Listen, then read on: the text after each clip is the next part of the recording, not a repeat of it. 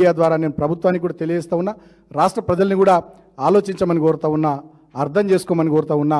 వీళ్ళ దుష్టనీతి, వీళ్ళ కుట్రలు, వీళ్ళ పన్నాగాలు, ఎవరు మాట్లాడితే వాళ్ళ మీద ఎదురుదాడి చేసుడు, ఎవరు మాట్లాడితే వాళ్ళ మీద బురద జల్లుడు, ఎవరు గట్టిగా నిలబడి ప్రభుత్వం పైన గొంతెత్తితే వాళ్ళ గొంతు నొక్కేసేటటువంటి ప్రయత్నాలు ఏ రకంగా వీళ్ళు చేస్తూ ఉన్నారో రాష్ట్ర ప్రజల్ని కూడా గమనించాలని కోరుతూ, డెఫినెట్గా మీరు ఇట్లనే నియంతృత్వంగా, మీరు ఇట్లనే మొండిగా, మూర్ఖంగా అవినీతి చేసుకుంటూ, అక్రమాలు చేసుకుంటూ, దుర్మార్గాలు చేసుకుంటూ మీరు ఇట్లనే పరిపాలన కొనసాగిస్తే రాబోయే రోజుల్లో శ్రీలంకలో ప్రజలు ఎట్లా తిరగబడ్డారో, బంగ్లాదేశ్లో ప్రజలు ఎట్లా తిరగబడ్డారో డెఫినెట్గా ఆ రకమైనటువంటి పరిస్థితులు వస్తాయని చెప్పి నేను ఈ ప్రభుత్వ పెద్దల్ని హెచ్చరిస్తూ ముఖ్యమంత్రిని కూడా కోరుతా ఉన్నా. ఈ మధ్య మీద ఏదో మా జిల్లా ప్రోగ్రాం ఉన్నట్టున్నది, అటు మంచిర్యాల జిల్లాను, ఆసిఫాబాద్ జిల్లాను ముఖ్యమంత్రి పర్యటన ఉన్నట్టున్నది. మరి మీ పర్యటన లోపలనన్నా ఆ సింగరేణికి సంబంధించి మీరేం చేస్తారో చెప్పాలి. మీ పర్యటన లోపలనన్నా మా జిల్లాలో, ఉమ్మడి ఆదిలాబాద్ జిల్లాలో ఉన్న వడ్లు, మక్కలు మా రైతులే మొత్తం కొనాలి. లేకపోయినట్టయితే డెఫినెట్గా రైతులు కానీ, కార్మికులు కానీ ఊరుకోరని చెప్పి సందర్భంగా నేను ముఖ్యమంత్రికి కూడా తెలియజేస్తూ ఉన్నా. బహుశా నా మీద ఇలా కేసు పెట్టిర్రు అంటే మరి ముఖ్యమంత్రి పర్యటన సందర్భంగా నేను అక్కడ ఉండొద్దు, నన్ను జైలుకు పంపించాలనుకుంటుర్రో ఏందో. సరే, మా లీగల్ టీం ఉంది, బీఆర్ఎస్ లీగల్ టీం, డెఫినెట్గా వాళ్ళ సహకారం తీసుకొని దీంట్లో ఏ రకంగా ముందుకు పోవాలో మేము ఆ రకంగా ముందుకు పోతామని చెప్పి తెలియజేస్తూ ఈ ప్రెస్ కాన్ఫరెన్స్కి వచ్చిన మీడియా మిత్రులకు కృతజ్ఞతలు, ధన్యవాదాలు. Thank you. ఇదే పొన్నం ప్రభాకర్ గారు గతంలో తెలంగాణ ఉద్యమ సమయంలో మీ అందరు కూడా నేను గుర్తు చేస్తూ ఉన్నా, ఆయన తుపాకీ పట్టుకొని డీజీపీ హెలికాప్టర్ను వేల్చేస్తా అని మాట్లాడిండు. ఇదే పొన్నం ప్రభాకర్ గారు. ఇక ఆయన నన్ను పార్టీలకు వెళ్ళి సస్పెండ్ చేయాలని మాట్లాడడం హాస్యాస్పదం తప్ప ఇంకోటి కాదు.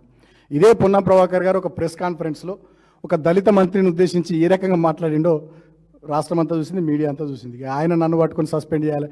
ఇప్పటికైనా నేను ఏమంటున్నంటే, నేను మాట్లాడిన వ్యాఖ్యల్లో స్ఫూర్తిని అర్థం చేసుకోండి.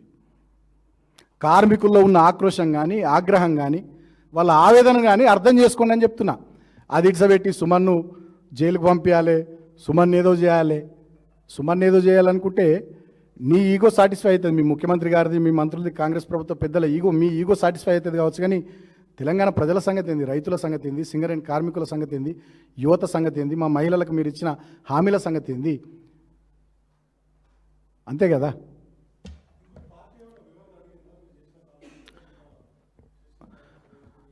వెలుగు పేపర్లో మీరు మంచిగా బ్యానర్ ఐటమ్ పెట్టిర్రు, సీనన్న ఫ్రంట్ పేజ్ ఐటమ్ పెట్టిర్రు. సరే, నేను పార్టీలో ఫస్ట్ నుంచి ఎట్లా పనిచేస్తున్నా మా పార్టీ నాయకత్వానికి తెలుసు, రాష్ట్ర ప్రజలకు కూడా తెలుసు. ఆనాడు ఉద్యమంలో ఒక విద్యార్థి నాయకుడిగా నేను ఎంత గట్టిగా కొట్లాడిని, ఎంత గట్టిగా మాట్లాడుతానో మీ ఓనర్కి కూడా తెలుసు, V6 ఓనర్కు, వెలుగు ఓనర్కు. తర్వాత ఇప్పుడు కూడా ప్రతిపక్షంలో నేను ఎంత గట్టిగా ప్రజల పక్షాన నిలబడతానో, కొట్లాడుతానో రాష్ట్ర ప్రజలందరికీ కూడా తెలుసు.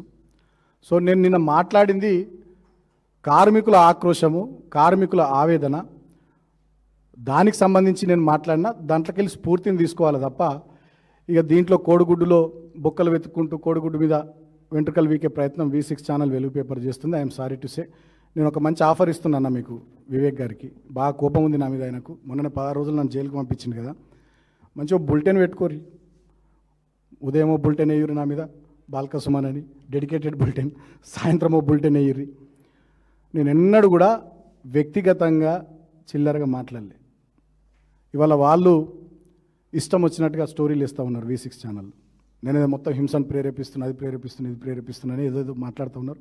సరే, V6 ఛానల్ వల్ల విజ్ఞతకే వదిలేస్తా. నేను మాత్రం ఒక్కటి చెప్తా ఉన్నా, ఇప్పటికైనా అధికారంలో ఉన్న ప్రభుత్వ పెద్దలు నా మీద దృష్టి పెట్టుడు కాకుండా కార్మికులకు మీరు సింగరేణిలో ఏం చేస్తామన్నా రద్దు చేయరు, సింగరేణిలో స్కాములు బంద్ చేయరు, సింగరేణిలో మెడికల్ బోర్డు పెట్టుర్రి, కార్మికుల పిల్లలకు ఉద్యోగాలు ఇవ్వరి, 50,000 కార్మికులు ఆందోళనలో ఉన్నారు, కొత్త బాయిలు తెరువుర్రి, జియో 76 ద్వారా మేము పట్టాలు ఇచ్చినాం గతంలో, ఇప్పుడు ఆ పట్టాలు ఇవ్వరి. ఇప్పుడు మా హరీష్ అన్న నిన్ను అడిగిండు 40 లక్షల టన్నుల బొగ్గు ఎటుపోయిందని, దాని సంగతి చెప్పుర్రి. 1600 కోట్ల కుంభకోణం అది. ఇప్పటికి 15,000 కోట్ల స్కాములైన సింగరేణిలో, దాని సంగతి ఏంది అది చెప్పుర్రి. వాటి మీద దృష్టి పెట్టుర్రి. రైతుల వడ్లన్నీ నిన్న అకాల వర్షాలకు తడిసినాయి, కళ్ళాలలో ఉన్నాయి.